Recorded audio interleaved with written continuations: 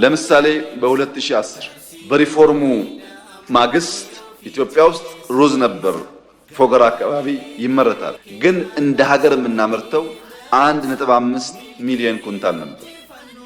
ባለፈው ዓመት 63 ሚሊዮን ኩንታል ነው ያመረትነው። ስንዴ በለውጡ ማግስት ኢትዮጵያ 47 ሚሊዮን ኩንታል ታመርት ነበር።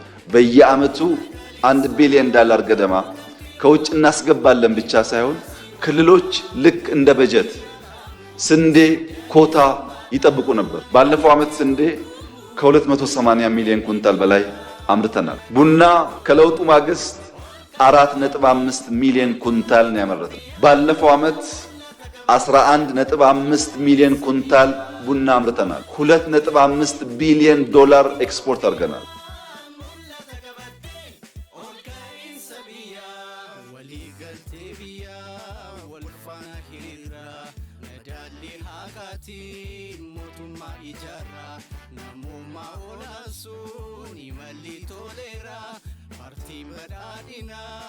Chalman milkaera idara mindati nucesi sajira maramarto ida hambisu biyara madali hakati Ethiopia ijara yomu badadini injifannon wara Ethiopia to be of the renaga Titomina wada wali galtefika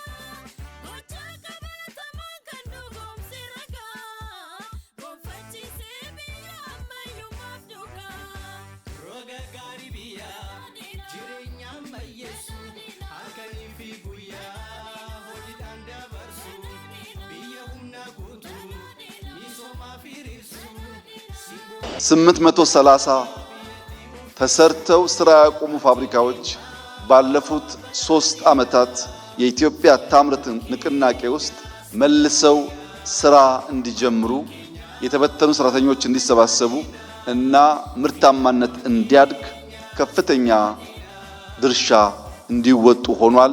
ከዚህ በተጨማሪ 13800 አነስተኛና መካከለኛ ኢንዱስትሪዎች ስራ ጀምረዋል።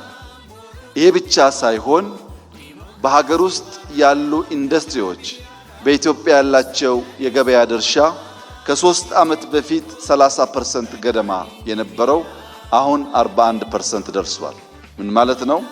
ከውጭ ከምናስገባቸው ልዩ ልዩ ምርቶች ውስጥ 41%ቱ በሀገር ውስጥ ማምረት ተችሏል ማለት ነው። በሀገር ውስጥ ምርታማነት እያደገ በመምጣቱ $3 ቢሊዮን ገደማ ወጪ ለማስቀረት ተችሏል።